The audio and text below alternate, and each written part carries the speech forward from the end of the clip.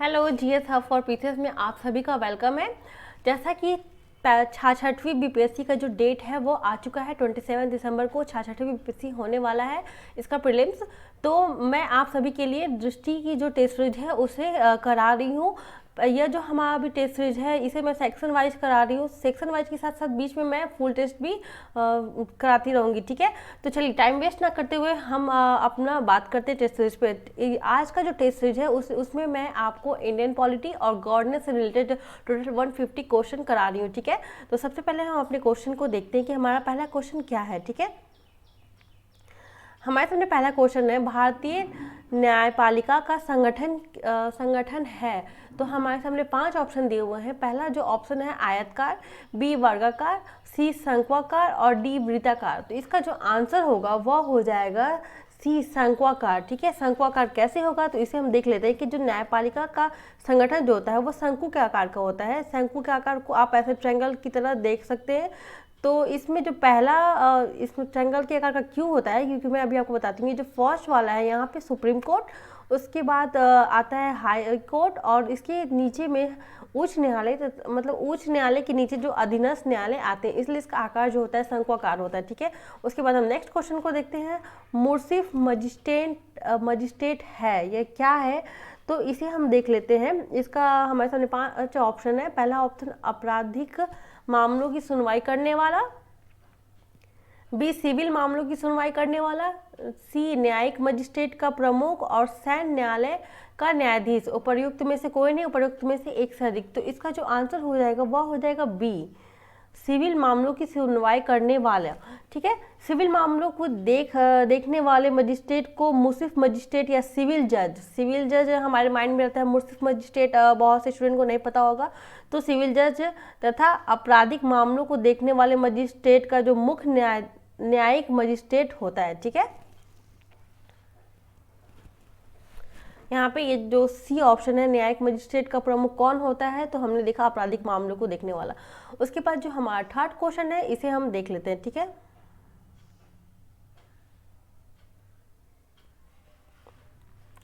हमारा third question है, वह कौन सी समिति है जिसकी स्थापना भारत सरकार ने अधिनियम 1919 के तहत सर्वप्रथम 1921 में की गई थी।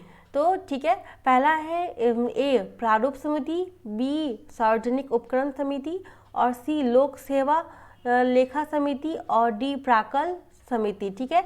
तो और 5वां ऑप्शन तो हमारे सामने, तो इसका जो आंसर होगा वह हो जाएगा इसका जो आंसर हो जाएगा वह हो जाएगा ए क्यों होगा, क्योंकि 26 अक्टूबर 1947 को भारत की कमीशन का विलय सॉरी इसका जो आंसर हो जाएगा वह हो जाएगा सी, क्योंकि इसमें 1919 अधिनियम जो तहत 1921 की कौन सी की गई थी स्थापना। तो इसका जो आंसर हो जाएगा वो सी हो जाएगा, लोक लेखा समिति इसका आंसर हो जाएगा। यह जो संसद की सबसे महत्वपूर्ण और पुरानी वित्तीय समिति है, ठीक है। इसका संगठन सरकार अधिनियम 1919 के तहत सर्वप्रथम 1921 में किया गया था और इस समिति में वर्तमान में कुल 22 सदस्य, 15 लोकसभा और 7 राज्यसभा होते हैं, ठीक है। इसके बाद जो नेक्स्ट क्वेश्चन है उसे हम देखते हैं। हमारा जो नेक्स्ट क्वेश्चन है वो 4th नंबर, निम्नलिखित में से कौन से कथन सत्य हैं। पहला, ऑपरेशन पोलो के तहत हैदराबाद को भारत लिया गया और बी अक्टूबर 1948 में कश्मीर को भारत में विलय कर लिया गया और सी बटलर समिति का उद्देश्य भारत और कमिश्नर माइंड में आ रहा है, कश्मीर के मुद्दों का जांच करना और डी 1963 में असम से अलग कर नागालैंड को भारत का 18वां राज्य बनाया गया। तो इसका जो आंसर हो जाएगा वह हो जाएगा ए, ऑपरेशन पोलो के तहत हैदराबाद को भारत में मिला लिया गया, ठीक है।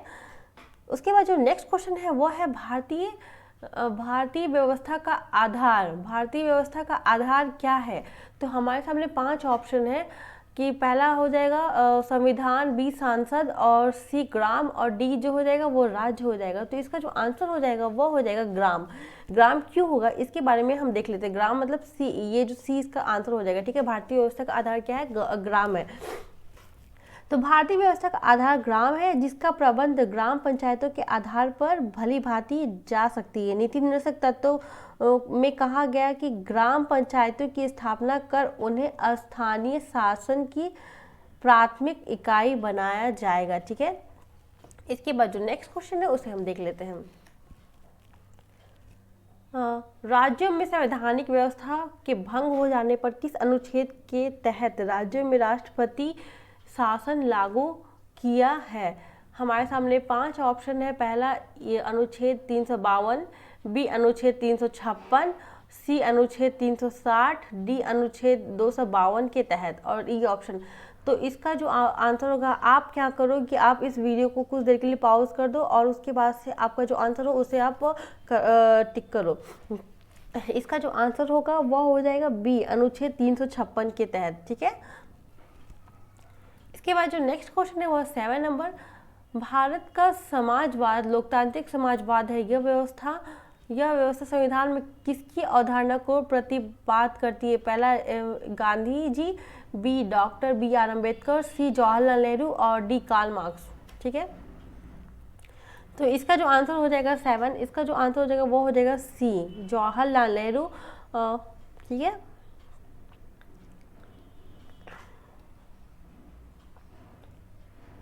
42वें संविधान संशोधन 1976 द्वारा उद्देशिका में समाजवादी शब्द जोड़ा गया था। ठीक है, भारत का समाजवाद लोकतांत्रिक समाजवाद है जो नेहरू की अवधारणा पर आधारित है।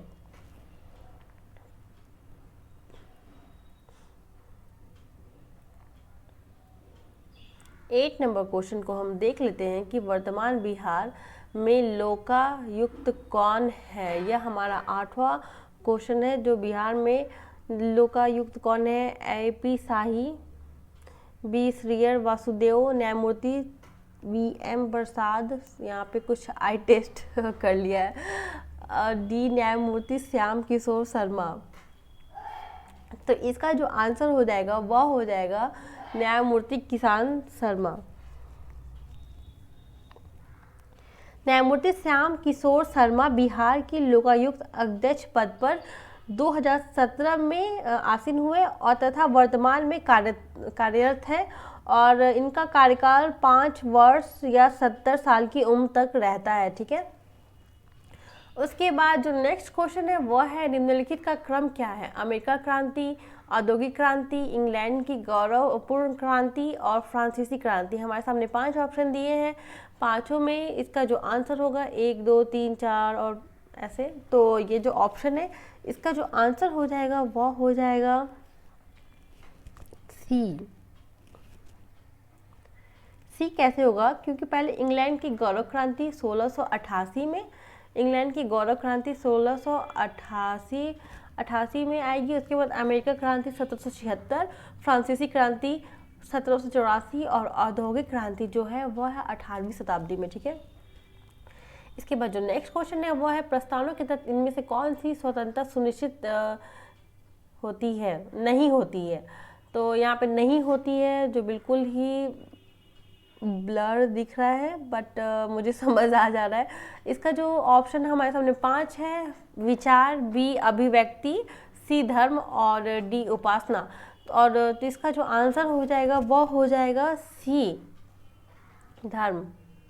इसके बाद जो नेक्स्ट क्वेश्चन है उसे हम देखते हैं कि उद्देशिका के तहत संविधान का मूल स्रोत क्या है? पहला, उद्देशिका के तहत संविधान का मूल स्रोत क्या है? हमारे सामने 5 ऑप्शन है, भारत सरकार अधिनियम 1935, भारत की जनता संसद और विदेशों से संग्रहित संविधान। तो इसका जो आंसर हो जाएगा वो हो जाएगा बी भारत की जनता। इसके बाद जो नेक्स्ट क्वेश्चन है उसे हम देखते हैं, भारत में किस तरह की शासन प्रणाली अपनाई गई है? तो हमारे सामने 5 ऑप्शन है, प्रशासकीय शासन प्रणाली, संसदीय शासन प्रणाली, अध्यात्मक शासन प्रणाली, गणतात्मक प्रणाली। तो इसका जो आंसर हो जाएगा वह हो जाएगा बी संसदीय शासन प्रणाली। इसके बाद जो 3rd नंबर क्वेश्चन है, कल्याणकारी राज्य की अवधारणा भारतीय संविधान के किस खंड में है? कल्याणकारी राज्य की अवधारणा भारतीय किस खंड में है? तो हमारे सामने 5 ऑप्शन है, राज्य के नीति निर्देशक तत्व, मूल अधिकार, केंद्र राज्य संबंध और संसदीय प्रणाली। तो इसका जो आंसर हो जाएगा वो हो जाएगा ए, राष्ट्र के नीति निर्देशक तत्व। ठीक है, सॉरी। केंद्र में द्वैध शासन किस अधिनियम के तहत लागू हुआ? केंद्र में द्वैध शासन, ये इंपॉर्टेंट क्वेश्चन है। द्वैध शासन से रिलेटेड हमेशा कुछ क्वेश्चन एग्जाम में पूछे गए हैं।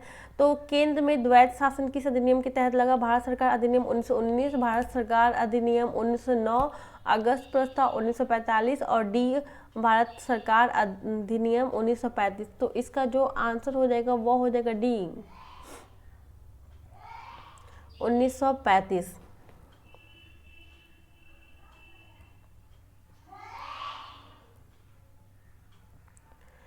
नंबर, किस अधिनियम के तहत वर्मा को भारत से अलग कर दिया गया? तो 5 ऑप्शन है। भारत सरकार अधिनियम 1935, भारत सरकार अधिनियम 1919, भारत सरकार अधिनियम 1858, वर्मा विशेष अधिनियम 1923। तो इसका जो आंसर हो जाएगा वो हो जाएगा ए, भारत सरकार अधिनियम 1935। ठीक है, तो नेक्स्ट क्वेश्चन है वो है गिलोटिन कटौती और साधारण कटौती निम्नलिखित में से किस प्रस्ताव के अंतर्गत सम्मिलित किया गया है? पहला ए, ध्यानाकर्षण प्रस्ताव, बी, स्थगन प्रस्ताव, सी, समापन प्रस्ताव और डी, विशेषाधिकार प्रस्ताव। इसका जो आंसर होगा 16 का हो जाएगा सी। ठीक है, समापन प्रस्ताव।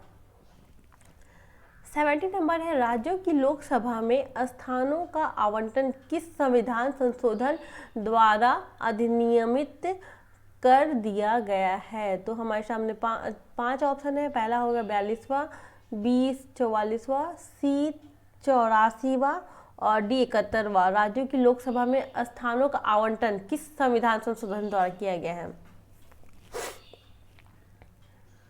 तो इसका जो आंसर हो जाएगा वो हो जाएगा सी 84वां। नेक्स्ट क्वेश्चन है, पीसा अधिनियम 1996 का संबंध किससे है? ग्राम सभा को सशक्त बनाने से, नगरपालिका को प्रधानों में सुधार से, दलित महिला के प्रताड़ना के विरुद्ध प्रावधान है और बालकों के शिक्षा से, और उपर्युक्त में से कोई नहीं, उपर्युक्त में से एक से अधिक।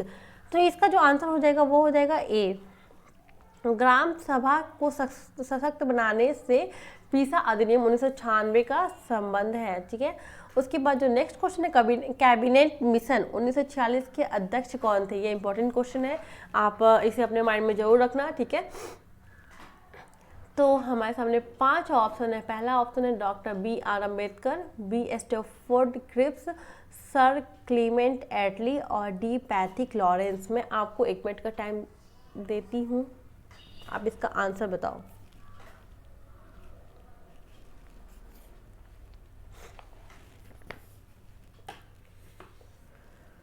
इसका जो आंसर होगा वो हो जाएगा डी, पैथिक लॉरेंस। ठीक है, 14 मार्च 1946 को प्रधानमंत्री एटली हाउस ऑफ कॉमन्स में यह घोषणा किया गया कि प्रत्येक भारतीय को स्वतंत्र होने का अधिकार है। इसलिए उन्होंने कैबिनेट मंत्रियों की 3 सदस्यीय मिशन, जिसे सदस्य स्टैफोर्ड क्रिप्स और लॉर्ड पैथिक लॉरेंस भारत के सचिव थे, और एवी अलेक्जेंडर नौसेना मंत्री थे, और मिशन के अध्यक्ष जो थे लॉर्ड पैथिक लॉरेंस थे।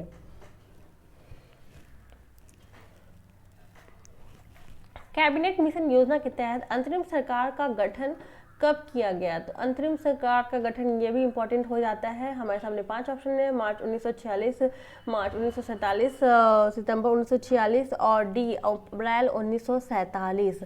तो इसे हम देखते हैं बी 20 का जो आंसर हो जाएगा वो हो जाएगा सी, सितंबर 1946। 42वें संविधान संशोधन के तहत संविधान में कौन सा शब्द नहीं जोड़े गए थे? 42वें संविधान संशोधन के तहत कौन सा शब्द नहीं जोड़े गए थे? तो यह काफ़ी इंपॉर्टेंट हो जाएगा, समाजवादी, धर्मनिरपेक्ष, अखंडता और पंथ निरपेक्ष। ठीक है, तो इसका जो आंसर हो जाएगा वो हो जाएगा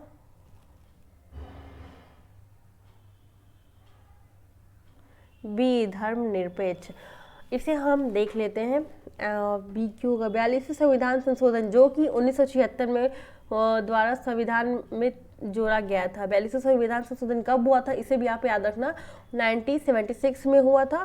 3 शब्द जोड़े गए थे, समाजवादी, पंथ निरपेक्ष और अखंडता, जबकि पंथ निरपेक्ष मूल संविधान में निहित है।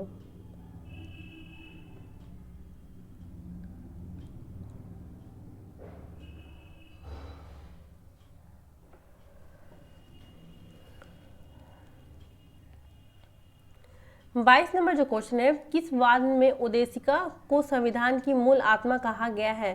केशवानंद भारती मामले में, इंद्री बेरुबारी मामले में, या फिर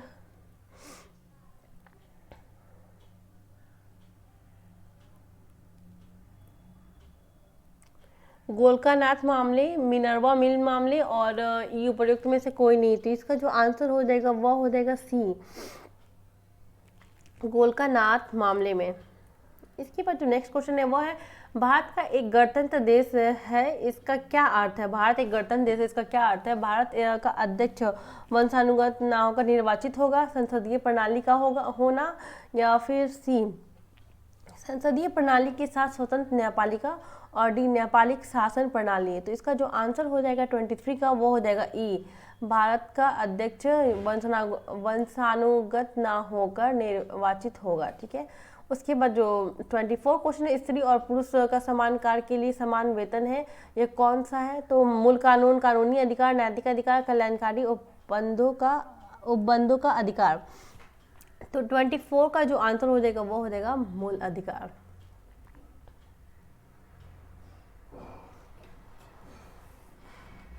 फंडामेंटल राइट 1235 आर्टिकल में आता है। ठीक है। और उसके बाद से संविधान संशोधन के तहत संपत्ति के अधिकार को मूल अधिकार का दर्जा हटाकर विधिक अधिकार का दर्जा दिया गया कब? तो हमारे सामने 5 ऑप्शन है। पहला हो जाएगा 42वां, 24वां, 44वां, 61वां। तो इसका जो आंसर हो जाएगा वो हो जाएगा सी, 44वां। ठीक है। उसके बाद 26 नंबर, 11वें मूल कर्तव्य को संविधान में कब जोड़ा गया था? ए 2000, बी 2002, सी 2006, डी 1999। तो 11वां मूल कर्तव्य को कब जोड़ा गया था? तो इसे हम देख लेते हैं। इसका जो आंसर हो जाएगा वो हो जाएगा बी। ठीक है।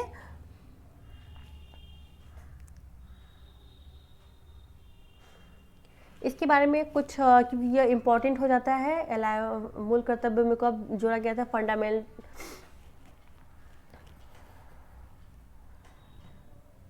46वां संविधान संशोधन अधिनियम 2002 के तहत 11 में मूल कर्तव्य के रूप में जिसमें क्या था कि 6 से 14 वर्ष तक के बच्चों को शिक्षा का अवसर प्रदान करने का कर्तव्य बच्चों के माता पिता या संरक्षक पर आरोपित किया गया। ठीक है। तो ये 6 से 14 वर्ष के बच्चों के लिए, और 46वां संविधान संशोधन है, और इसमें 11वां जोड़ा गया था जो कि 2002 में हुआ था, और मूल कर्तव्य से रिलेटेड है। तो इसे अपने माइंड में आप जरूर रखिएगा। 27 नंबर जो क्वेश्चन है इनमें यह है, इनमें से किसने भारतीय संविधान को आवश्यकता से अधिक कठोर कहा? केसी ह्यूएन, सर आइवर जेनिक्स, के एम मुंशी, जी ऑस्टिन। तो हमारे सामने 5 ऑप्शन है, पाँच हमने देख लिया, और इसका जो आंसर होगा वो हो जाएगा बी, सर आइवर जेनिक्स। नेक्स्ट 28, इनमें से कौन जेवीपी समिति के सदस्य में शामिल नहीं थे? ए हो जाएगा जवाहरलाल नेहरू, बी सरदार Vallabhbhai Patel, D C Pattabhi Sitaramayya, और डी ए एम पर्रिकर। तो इसका जो आंसर हो जाएगा 28 का वो हो जाएगा के एम पर्रिकर। 29, इनमें से कौन समिति का संबंध पंचायती राज व्यवस्था से नहीं है? तो 29 जो इसका है उसका आंसर हमारा 29, इनमें से किस समिति का संबंध पंचायती राज व्यवस्था से नहीं है? 29 है, तो इसका जो आंसर हो जाएगा ई क्यों होगा? हमारे सामने 5 ऑप्शन, जेवी के राव समिति, अशोक मेहता समिति, गॉडगिल समिति, वीपी सिंह सरकार, और 5 ऑप्शन। तो इसका उपयुक्त में से कोई नहीं, उपयुक्त में से उपयुक्त सभी समिति का संबंध पंचायती राज व्यवस्था से है। ठीक है। यहाँ पे पूछ रहा है नहीं है, और ये जितनी भी समिति हैं इन सभी का पंचायती राज व्यवस्था से है। जेवी अशोक मेहता समिति, गॉडगिल समिति, वीपीसी समिति। तो आप इसे अपने माइंड में रखिएगा, पंचायती राज व्यवस्था से भी अक्सर एग्जाम में क्वेश्चन पूछ ले जाते हैं। ठीक है। जो नेक्स्ट क्वेश्चन है उसे हम देखते हैं।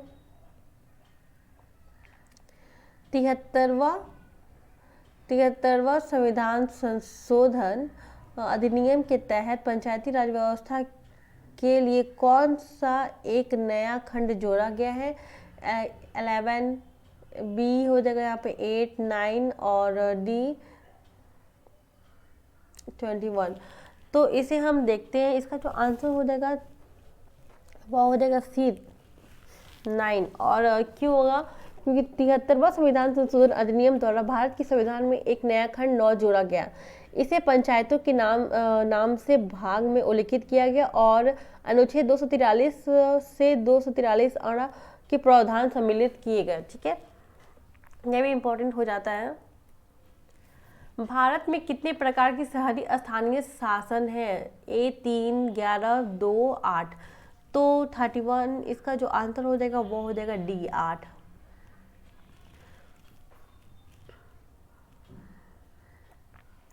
भारतीय स्थानीय स्वशासन के पिता के नाम से कौन जाने जाते हैं? स्थानीय स्वशासन के पिता के नाम से lord Mayo, lord Ripon, lord Curzon, lord Warren Hasting और ई ऑप्शन। तो 32 का जो आंसर हो जाएगा वो हो जाएगा लॉर्ड रिपन। ठीक है, इसके बाद जो नेक्स्ट है वो 7वां संविधान संशोधन किससे संबंधित था? तो राज्यों के पुनर्गठन से, उत्तर पूर्व राज्यों की लोकसभा की सीटों से, राज्य विधान सभा के गठन से और राज्य लोक आयोग से। तो जो थर्ड हो जाएगा उसका आंसर हो जाएगा ए, राज्यों के पुनर्गठन से। 34वां भारतीय संविधान में सबसे ज़्यादा तथ्य संग्रहित किया गया है? अमेरिका के संविधान से, भारत सरकार अधिनियम 1919, भारत सरकार अधिनियम 1935 और जर्मनी के संविधान। तो 34 का जो आंसर हो जाएगा वो हो जाएगा सी, भारत सरकार अधिनियम 1935 से। 35 भूमि विधियों को संवैधानिक संरक्षण प्रदान करने के लिए भारतीय संविधान में कौन सी अनुसूची जोड़ी गई है? 8वीं, 9वीं, 11वीं, 17वीं। तो इसका जो आंसर हो जाएगा वो बी हो जाएगा 9वीं। नेक्स्ट 36, अब तक कुल कितनी बार अनुच्छेद 368 में संशोधन किया गया? 2 बार, 1 बार, 3 बार, 9 बार। तो इसका जो आंसर हो जाएगा वह हो जाएगा 3 बार। ठीक है, 3 बार। कब कब? तो पहला हो जाएगा 7वां संविधान संशोधन 1955, 24वां संविधान संशोधन 1971 और 42वां संविधान संशोधन 1976। भाषाई अल्पसंख्यक आयुक्त की नियुक्ति संविधान के किस अनुच्छेद के तहत की जाती है? तो हम ऑप्शन देख लेते हैं।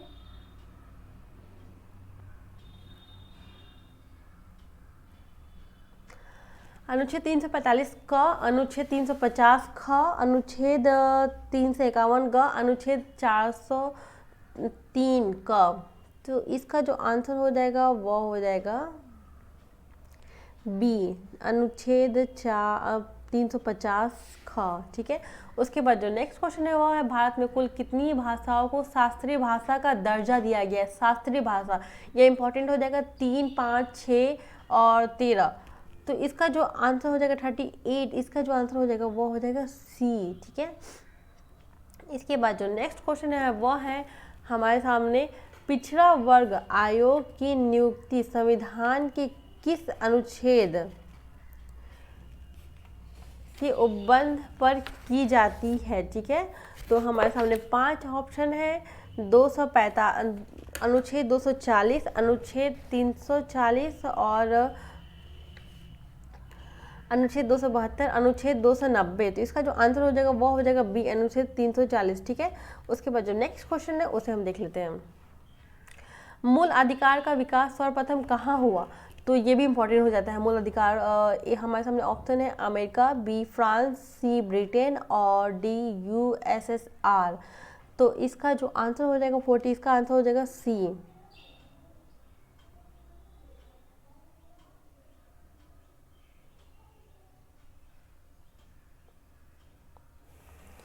सी क्यों होगा? मूल अधिकार का सर्वप्रथम विकास ब्रिटेन में हुआ। ब्रिटिश सम्राट जॉन द्वारा 12 से 15 ईस्वी में हस्तांतरित अधिकार पत्र मूल अधिकार संबंधित प्रथम लिखित दस्तावेज है। 1689 में लिखित बिल ऑफ राइट्स मूल अधिकारों के संबंध में एक अन्य प्रमुख दस्तावेज है।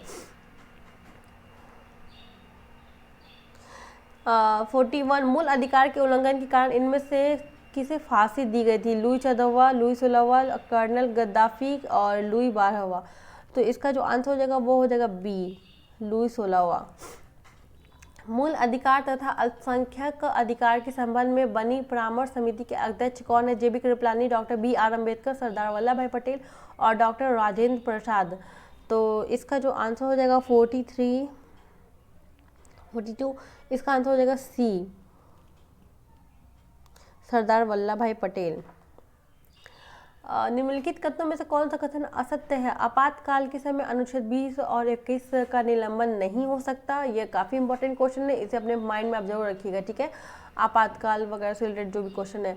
नकारात्मक वित्त मूल अधिकार राज्य की शक्ति का निर्बंधन है, भूमिका निभाती है।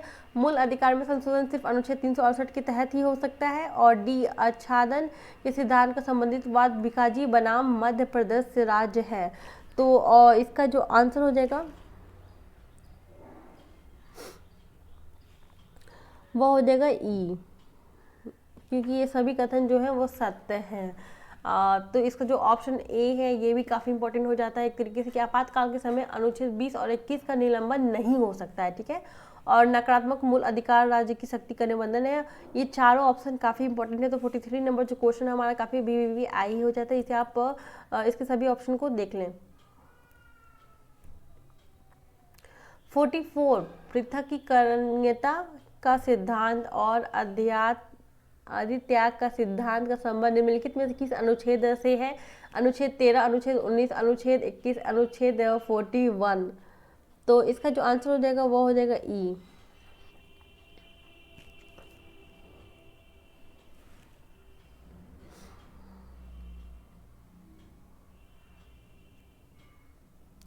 आच्छादन का सिद्धांत संविधान पूर्व तथा संविधान पश्चात दोनों प्रकार के विधियों द्वारा लागू होता है, ठीक है। और 45 नंबर, राज्य ऐसी कोई विधि नहीं बनाएगा जो भाग 3 द्वारा मूल अधिकारों को छीनती है या उन्हें न्यून करती है। यह उपबंध संविधान के किस अनुच्छेद में? अनुच्छेद 13(1), अनुच्छेद 13(2), अनुच्छेद 13(3) और अनुच्छेद 13(1). तो 12(1). तो इसका जो आंसर हो जाएगा वो हो जाएगा बी, अनुच्छेद 13(2). भारत में लेखा परीक्षण विभाग की स्थापना कब की गई थी? 46। तो इसका जो आंसर हो जाएगा वो हो जाएगा 1905। उसके बाद 47 कैग से रिलेटेड क्वेश्चन काफ़ी इंपॉर्टेंट होता है, तो कैग को आप जरूर देखिए। इनमें से कौन सा कार्य कैग का कार्य नहीं है? ऋण की जांच, व्यापार विनिर्माण के लाभ हानि की गणना, स्टॉक लेखाओं व प्राप्तियों का लेखा परीक्षण और तुलना पत्रों पर अनुषंगी लेखकों का परीक्षक। तो 47 इसका जो आंसर हो जाएगा वो हो जाएगा सी। इसका जो आंसर हो जाएगा इसका जो आंसर उपरोक्त सभी कार्य बट द्वारा किया जाता है। संविधान के भाग 4 के अध्याय 5 में अनुच्छेद 148 और 151 के तक नियंत्रक एवं महालेखक परीक्षक से संबंधित महत्वपूर्ण उपबंधों का उल्लेख किया गया है, ठीक है। जो नेक्स्ट हो जाएगा वो हो जाएगा ई, उसका ऑप्शन था। और ये नेक्स्ट 48,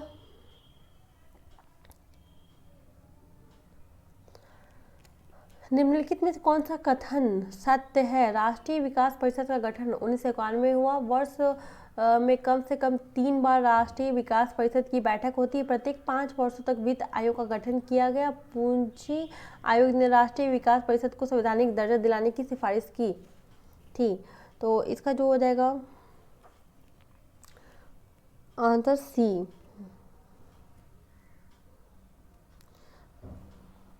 राष्ट्रीय विकास परिषद का गठन 6 अगस्त 1952 को किया गया था। वर्ष में 2 बार राष्ट्रीय विकास परिषद की बैठक होती है। नेक्स्ट जो हो जाएगा राष्ट्रीय अनुसूचित जनजाति आयोग में से एक अध्यक्ष, एक उपाध्यक्ष के अलावा कितने सदस्य होते हैं? तो 49। इसका जो आंसर हो जाएगा वो हो जाएगा ई। 2, 4, 7, 9 ये तीनों नहीं होगा, ठीक है। इसका जो नेक्स्ट क्वेश्चन है 50 नंबर, वो है राष्ट्रीय वित्त आयोग की रिपोर्ट संसद के पटल पर कौन प्रस्तुत करता है? तो इसका जो हमारे सामने 5 ऑप्शन है। भारत का नियंत्रक और महालेखक परीक्षक, राष्ट्रपति, वित्त आयोग के अध्यक्ष, लोकसभा अध्यक्ष, उपयुक्त में से कोई नहीं, उपयुक्त में से एक से अधिक। तो इसका जो आंसर हो जाएगा वो हो जाएगा राष्ट्रपति। इसके बाद जो नेक्स्ट वीडियो आज का हमारा जो सीरीज होता है यहीं कंप्लीट होता है, क्योंकि टाइम अभी बहुत कम है और हमें जल्दी जल्दी सब को कंप्लीट करना है। तो जो नेक्स्ट इसका जो पार्ट आएगा टेस्ट सीरीज का, वो आएगा फुल टेस्ट में हम और सभी क्वेश्चन को देखेंगे। धीरे धीरे हम सेक्शन वाइज भी लाएंगे और फुल टेस्ट सभी को लाएंगे। तो आप सभी को अगर मेरा ये सीरीज पसंद आता है तो इसे लाइक, शेयर और सब्सक्राइब जरूर करें। ठीक है, आप जितना ज़्यादा से ज़्यादा इसे शेयर करेंगे मैं डेली वैसे वीडियो लाऊंगी। ठीक है, क्योंकि अभी एग्ज़ाम होने वाला है और टाइम बहुत ही कम है, तो टाइम वेस्ट ना करते हुए हम अपना लेक्चर यहीं पे ख़त्म करते हैं। Thank you.